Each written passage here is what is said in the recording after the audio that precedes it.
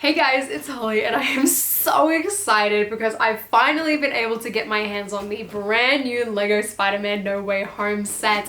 I am a huge Spider-Man fan and I've been waiting for these to come out since the moment they've been released. I am so excited. I ran to the Lego store today once I found out that they had them, and the one we're firstly looking at is set 76185, and that is Spider-Man at the Sanctum Sanctorum workshop, and this is the only one that is truly sort of themed around No Way Home at the moment. The other two, while they're sort of being listed and branded under sort of the No Way Home design, they say inspired by Homecoming and inspired by No Way Home. Will that be completely true? I don't know, we'll find out. So this set retails for $40 US and 60 Australian, so let's go have a look at it. So here is the set all built up. I was surprised at actually how small this one was outside of the box. There was only 3 bags and it wasn't a particularly challenging build in any way. It was pretty basic, just stick this block here and there. So if you're looking for an interesting build experience, definitely not the set for you. But let's start off firstly by having a look at the minifigures. So first up, we have a main man Spider-Man, and I don't know how I feel about this figure. I think it's mostly just because I'm not sure how I feel about the suit in general. Though I do have to say the printing on the torso, it feels quite weird. All of the lines feel like they're oddly thicker than usual. The legs, I feel like, feel pretty much the same. I really like the leg printing on them and how it continues on. I think it looks really good, especially with the dual molded boots. It looks really nice. Arm printing would have been nice, but I don't mind them not doing it here. But there's just something about this torso. I feel like the lines are very thick and it doesn't look quite right. The metallic gold looks quite nice. The color scheme's accurate, but there's just, I think it's to do with the spider itself just being a tiny bit too thick, but it works, I guess. We also get a brand new Spider-Man head, which is also the same one that you get in the 4+ set, which has this quite nice shiny silver metallic on the eye there. Otherwise, the printing isn't too special. As I sort of zoom in a bit more, I feel like you might be able to see what I mean a tiny bit better, where just the lines feel really thick. They also feel slightly blurry and not as crisp as I'd usually expect from Lego, which is quite interesting, but the detailing itself is really nice. It's what you typically want to see on a Spider-Man head. However, it would be nice just at points like this where you wish that Lego did all around the head printing because of those little gaps. But besides that, this figure's pretty basic. He does come along with these 2 webs as well that he can hold in either hand in order to fight off the monsters, but besides that, yeah, it's nothing too special. I guess we'll just have to see what the suit looks like in the film. Up next, we have Doctor Strange, which I feel like after Spider-Man is definitely people's most wanted figure because Doctor Strange figures are very expensive. There's also this brand new cape piece, which I've got very mixed feelings over, but is certainly an impressive mold nevertheless. But there's just something about this Doctor Strange figure that doesn't seem right. I feel like he sort of got that same issue that I have with Peter in terms of torso printing, where everything just looks really thick. I do think, though, that the printing on this figure in general is just not as detailed and not as interesting as the one from the Infinity War Sanctum, and part of that I think has to do with the Eye of Agamotto. Of course, it doesn't have the time stone in it anymore, but I still feel like the one that Doctor Strange had around his neck was a bit more interesting. I'm really glad that they do have those grey sort of strips on his hair. I was so worried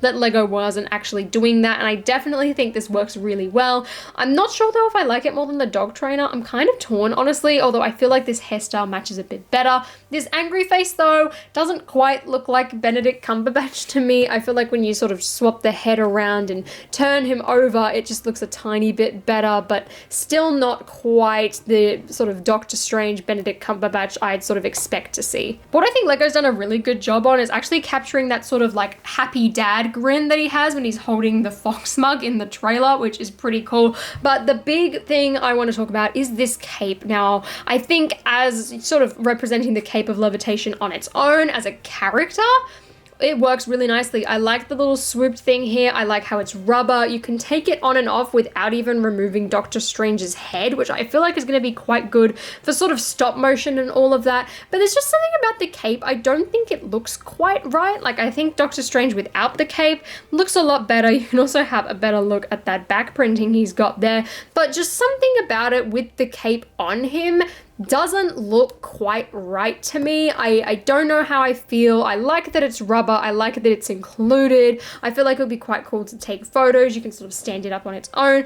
But when it's on him, it doesn't quite look right. And I honestly think I prefer the fabric capes for him. Up next, we have Wong, and I honestly feel like he's kind of a disappointment, and I think that's purely because he's got the yellow jacket that he's wearing as he's sort of leaving through the portal, which I guess is kind of a spoiler for the movie because he would have left, but he's still here wearing his Parker jacket. But I think it's a pretty cool print just because of how sort of unique and special it is. But as someone who's only got one Wong, it sort of kind of ruins this figure for me, but I really like the face, and I'm glad that they've actually given him a hairpiece this time since his hair has grown out. However, if you're not a fan of it, you can just take it off because this Wong still doesn't have any dual-sided head printing, which is all right, but I feel like he looks a bit too happy considering what is going to be going down in this film. But besides that, I really like the printing of him. I don't see any of the sort of issues that I had with the other two figures with this one, which really like, glad about that. But part of me wishes that he didn't actually have the Parker on, but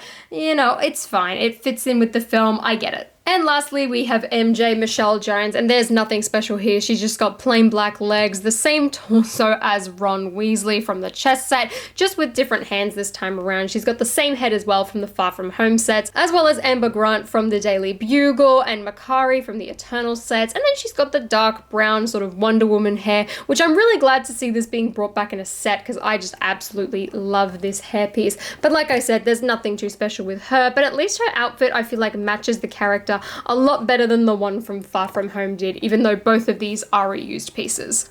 Now, the first thing you build in this set is this little demon monster type of thing, and I think the build of this is really cool. I love the parts usage and how smooth and sort of spiny and twiggly. I don't even think that's an actual word, but anyway, I really like the way that this character looks. For what it is, it's really cool. I love that the arms can fully articulate using the Mixel's ball joints, as well as the sort of claws themselves, and they can even hinge in here, which I think is really good, and you could get a lot of play out of this, as well as posability. And it's all topped off with this nice sticker piece on the top there with some pretty nice detail to sort of add to the shell aesthetic and all of that, and these beady sort of green eyes. But again, I don't know what this creature looks like since we've barely seen anything for the film, and even if he's going to be in the film, but I think it's a pretty neat side build either way, and I think this one actually has some substance to it, unlike what we see, I feel like, with a lot of other sets. Then lastly, we have the Sanctum on its own, and this set honestly reminds me a lot of the original Sanctum set, which again was sort of this vignette, which was just a little bit of a display piece, not really so much of a play set. In fact, there's no play features with this. It's very much a sort of dollhouse, place and play sort of thing, but I love a lot of the knickknacks and accessories that are in this set, and honestly, that's my favorite part because I feel like the rest of it is just a bit boring. Like, you even look through this archway to this area, which I presume is sort of the whole spell casting area. And in fact, I'm pretty sure now, looking at this little bowl, that's exactly what that is and part of the movie, which I think is pretty cool. It's neat that you also get sort of the rest of the Sanctum in New York, but I just feel like it's pretty basic for what it is. Like, it's just a wall with a bunch of accessories. The build process wasn't all too interesting, but at least you get a bunch of cool knickknacks and you can pose the characters around, I guess. Starting off, we have the left-hand side, which has this little chest with these vines poking out of it, which I think is so cool. And honestly, it's incredibly simple, as it's just these vine pieces built up on a plate like that you simply just slot in, and then that sort of hinge piece in the center of the chest closes in right down the center to sort of keep everything in place, which I thought was really neat and very smart considering just the little amount of pieces in it. On the back, you have what I presume to be some sort of metal shelf with a dark blue toolbox, a cauldron, some little potions or jars, as well as a red crystal. And then at the top, if you move up, you have an egg, as well as another sort of canister and a sort of telescope in one of those queen whatever I wanna be, Nabi, I cannot pronounce that name. It's been a long time since I've seen the Lego Movie 2, crowns at the top. On the wall of this section too, there is one of these web pieces, which I think looks pretty cool, and this little lamp build at the back. But the most interesting thing is definitely the desk, as firstly you've got one of those hourglass pieces, which I love, a boombox, a little chair that swivels around, as well as a mug, a cookie, and this stickered computer piece. So this computer screen is a sticker which is just attached to one of those telescope pieces, and at the bottom is one of those printed keyboard pieces. But if you look at the sticker, it's actually got a picture of Peter Parker, which says Who. You've also got Mysterio in the background, which both sort of look like Daily Bugle web pages,